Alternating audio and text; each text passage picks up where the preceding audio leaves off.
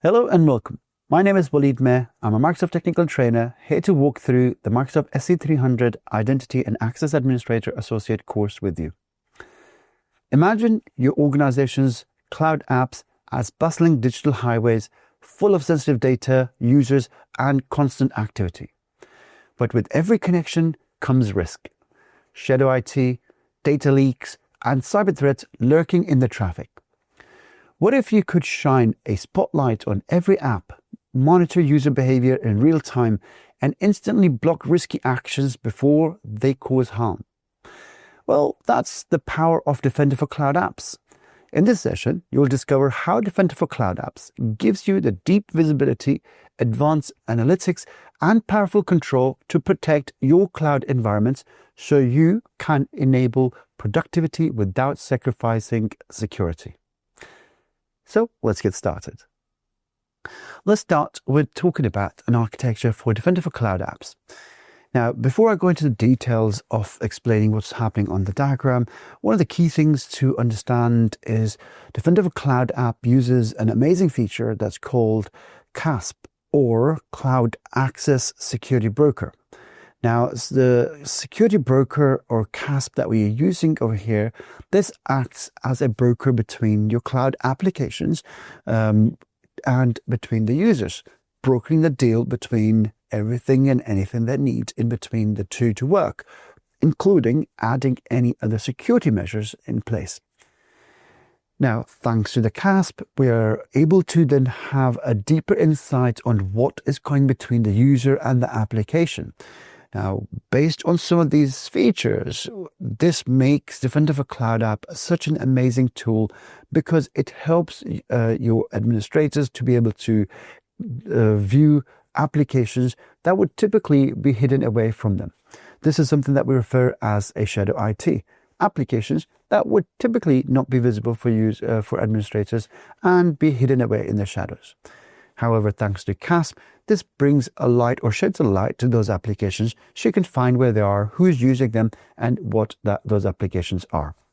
Now, along with just looking at that discovery of applications that you find within your environment, you will have a better control over what you can do with these apps. Do you want to carry on allowing users to work with them, or do you find that application a bit more malicious with some missing compliance or something that is not well defined within that could cause a harm to you, like a bug? Maybe you can start looking at unsanctioning these applications and something that you can do as part of the control within Defender for Cloud Apps. Now, along with that, you can introduce other information protection controls within your environment by simply introducing some conditional access policies that you can tie in nicely to Defender for Cloud Apps, defining these policies in your Defender for Cloud Apps and triggering them for conditional access. Along with that, you can also introduce other governance and compliance standards into this by using some of these policies. Now, typically, when you're feeding data into Defender for Cloud App for it to do all of these amazing things for you, you could start off with using connectors. Now, there are a few connectors available at the moment for us to plug into Defender for Cloud App. And again, Microsoft is working on bringing some more. Now, these connectors allows you to connect any existing solutions that are available in the cloud and start ingesting data from them, and will give you a deep insights for them. Well, what about other solutions that I might be using that are not as well known and might not have a connector available for them? Can I bring them to Defender for Cloud App? Well, surely you can. Now, let's assume on this diagram and imagine that you're connecting into your setup. Let's assume on-prem for now. And this is my on-prem setup. Different devices that I might be using on-prem, or maybe from various locations. It doesn't necessarily an issue at this point. Now, what I can do from some of these devices that I'm working with, if there are certain applications that I can use to connect directly into Defender for Cloud Apps, I can hook them up using the connectors. But if I don't have the connectors, in that case, I could come up with different ways to plug this data. Are my resources going through a central device in my environment, such as a firewall or a proxy? Well, is there a well-known connector for this resource, like the firewall or the proxy? Can I plug that in directly from here? If yes, brilliant. If I don't have one, then in that case, I have a few ways of doing this. I could bring a resource into the cloud that can be visible for Defender for Cloud Apps and plug that data into it, or simply create a log collector and start collecting logs from either the firewall or the resources that I have, and from that log collector, push data into Defender for Cloud Apps from there. So we have a few different options in terms of bringing data into cloud.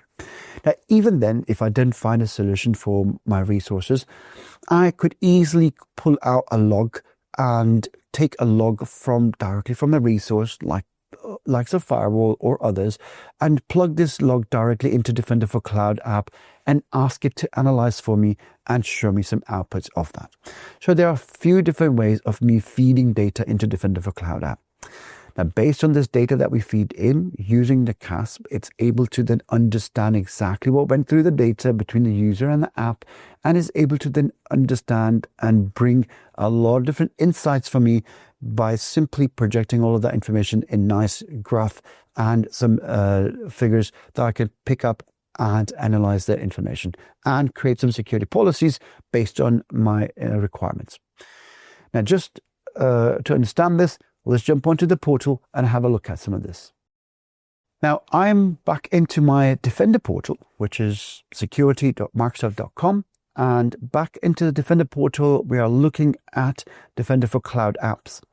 Now, Defender for Cloud Apps sits on the main blade, and I can start looking at cloud discovery from right here. Just start looking at what's going on within my environment. Now, before I start discovering different things from Defender for Cloud App, it might be worth looking at how do I bring data to this. And for that, I am simply going to scroll down onto the blade of the Defender portal under Systems, going into Settings for one more time.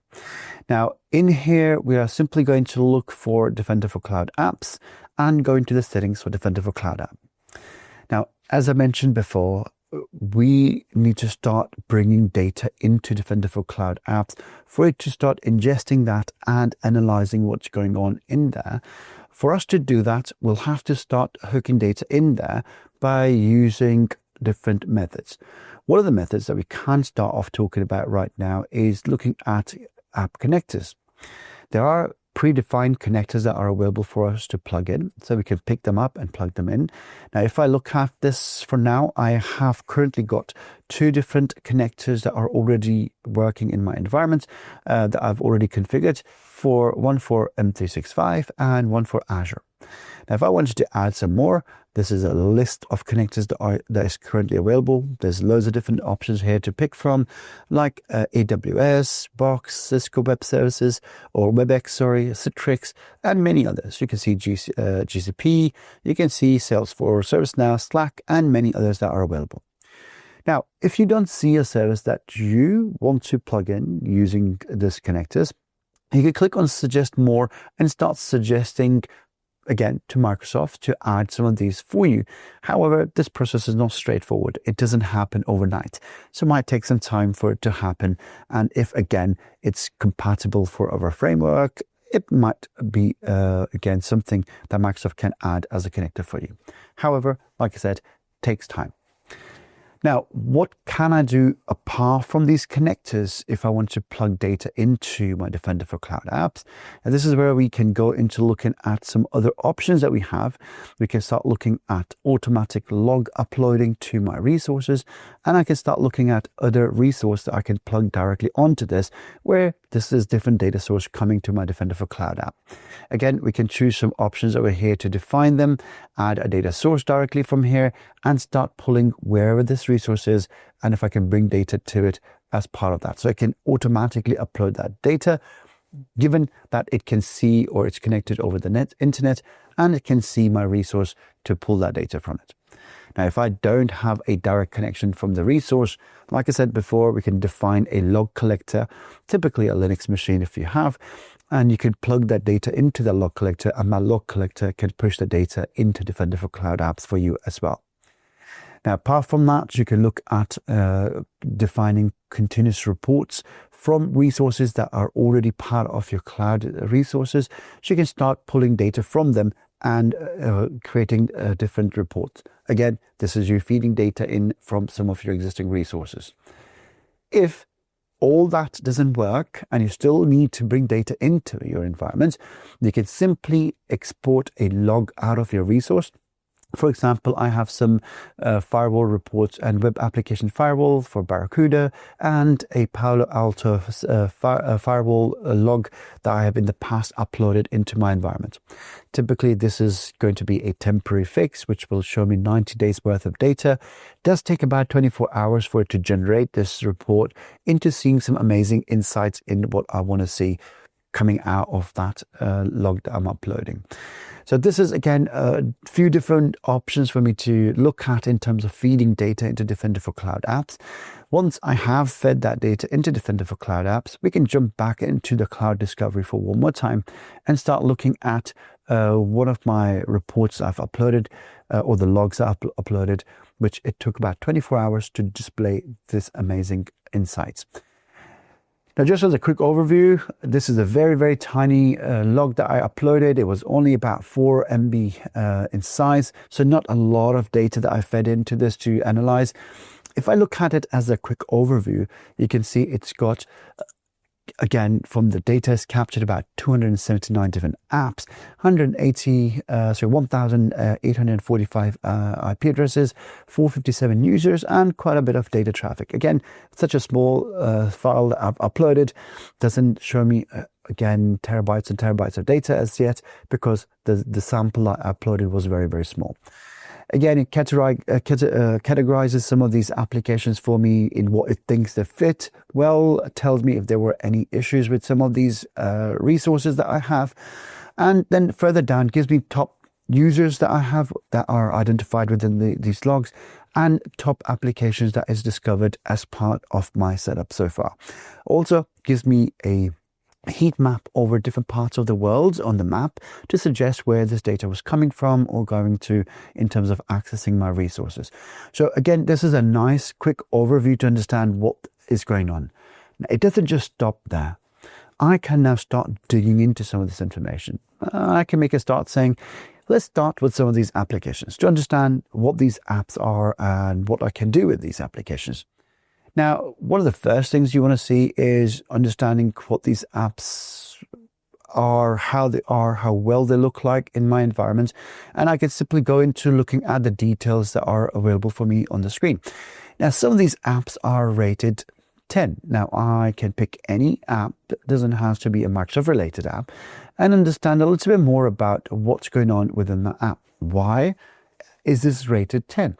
Now, I can pick up details from here in terms of looking at the general tab to understand, hey, this has some terms and services available. It has some policies available, privacy policies. It has its URL link that it's got available for me to look at, and quite a few other things. It's got a disaster recovery plan available for me. So all the information that I would probably need to know about the app is available. Under Security tab, you can again look at different security standards that it meets, and it covers or within this part of this application that we have. Same for the compliance. There's a lot of different areas that it's compliant with. So if I was making sure that my company is compliant to a particular standard, me using an application that doesn't follow that compliance standard puts me out of compliance on that standard. So I need to ensure the applications that I'm working with are compliant as well, so they can handle data in accordance to the standard that we want to work on. For instance, ISO 27001. Now, this particular solution or this application is compliant. So me using this still keeps me compliant. So it's a good way to understand that. Now, some areas on this are grayed out. Maybe this application doesn't need them for me to use it. However, the worry is when you see them in the red cross where it should have those features, but they're not available for me to implement.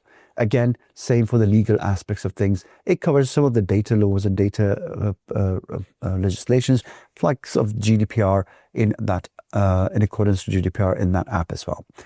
Now, let's come out of this. Let's go back up for a minute. Let's switch this around. Let me see if it's found any low scoring applications in my environment to understand. And if I can see there are quite a few already visible to me, scoring as low as 2. If I want to know a little bit more about why this is scored so badly, again, I can see quite a few things that are missing to begin with. No disaster recovery plans in there. Under security, quite a few different areas missing for security that it should have, doesn't cater for. Under compliance, doesn't comply to any of the standards that I want to work with. So again, becomes a little tricky. And if I look at the legal side of things, a lot of different data laws it doesn't comply with. So again, for me, this becomes a little bit of a risky app to use. If my organization is compliant to ISO 27001, then I need to ensure that I'm using the right app to stay compliant in my organization. And this app would bring me out of compliance. Now, what can I do? Again, seeing this data is amazing. I can see where I stand. Now, let me just hide this menu for a minute and we have more space on the screen. Now, what I can do, right, going back up here, I can see that I have options to sanction and unsanction this applications. I can simply come here and configure this application to be unsanctioned. Now, as part of my current configuration, I have embedded my Defender for Cloud Apps with another security tool called Defender for Endpoint. And this menu is simply suggesting, hey, you're working together with another security tool, will collaborate or correlate this data with this solution to other solution, meaning that if I block this app in Defender for Cloud App, any end devices that are managed under my Defender for Endpoint will also block them. I definitely want that to happen. So I can hit save onto this, and this is where it will start unsanction this app. And from this point on, anyone that's working on this application would no longer be able to work with this application. Just like that, by simple click, I can ensure that happens. Now, again, I'm not done yet. We can simply go into this application now to find out exactly what's going on.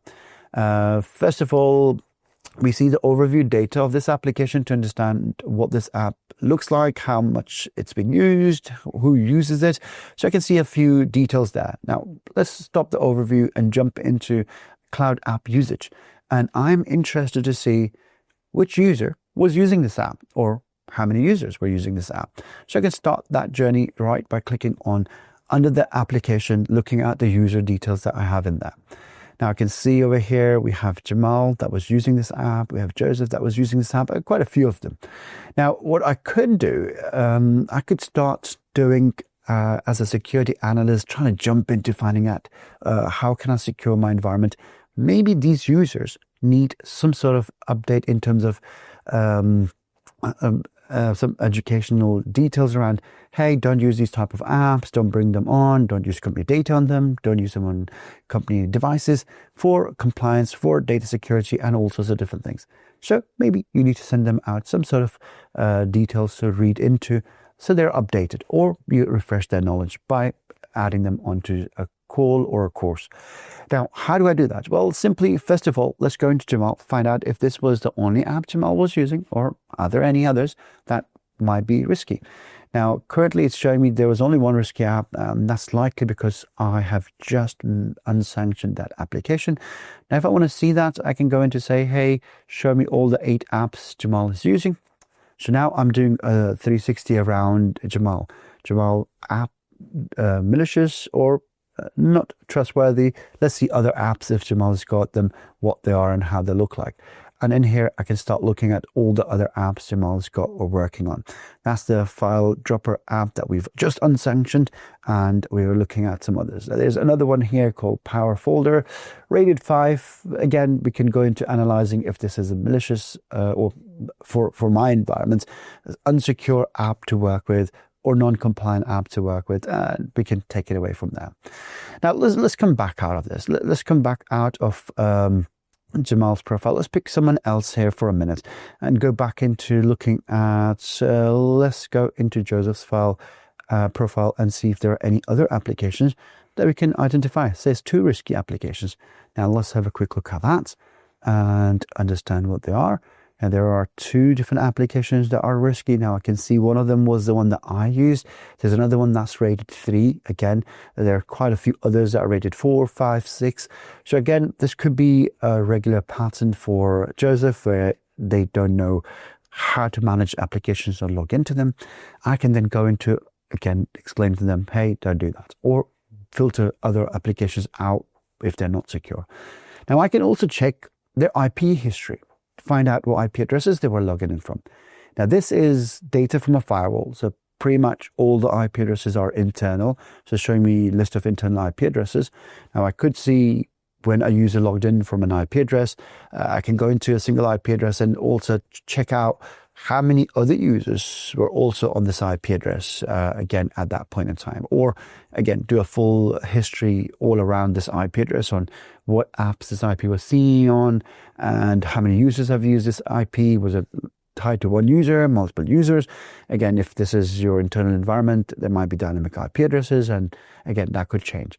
So you can actually get a full 360 just by looking at your discovery of your applications. Again, bringing the visibility of all the apps that are visible for you in your environment, and then going around, finding out who uses them as user.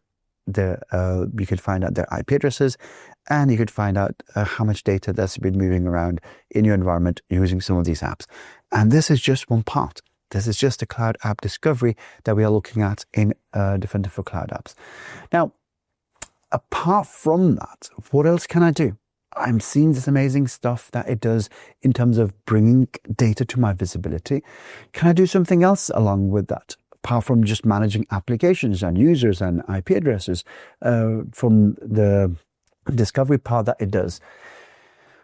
Well, yes, we can. In here, we can start looking at some sorts of control that we can bring in. We spoke about how we can implement different types of control within our environment. So if I look at my app governance here, it should give me an idea of different types of control that I can bring into my applications. Again, creating some policies that I mentioned before that we can create over here for my applications. Now, typically, if I look at the policies under here, there would be a list of policies that I have activated for my resources in my environment that I might want to trigger for whatever security purposes, maybe particular for each application or different applications.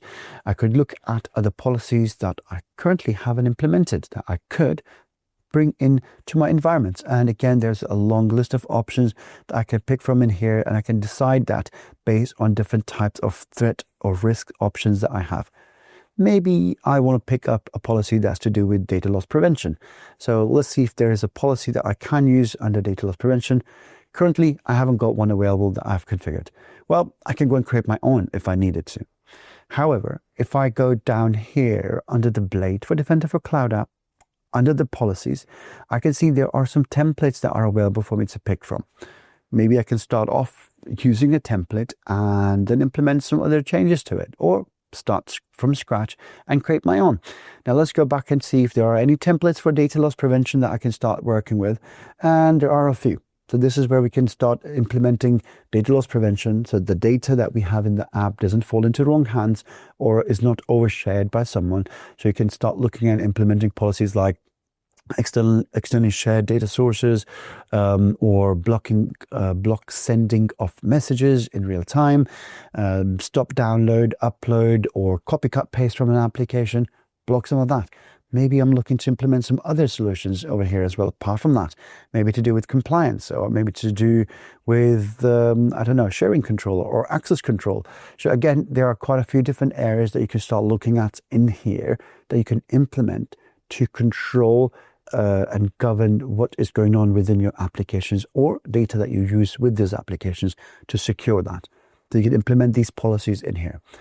Now, once you implement some of these policies, like I said before as well, that if you are looking to trigger them, typically the trigger for these applications or these policies that you're creating would be based on your conditional access policies, and you create them in here, but you trigger them from your conditional access policies in your intra.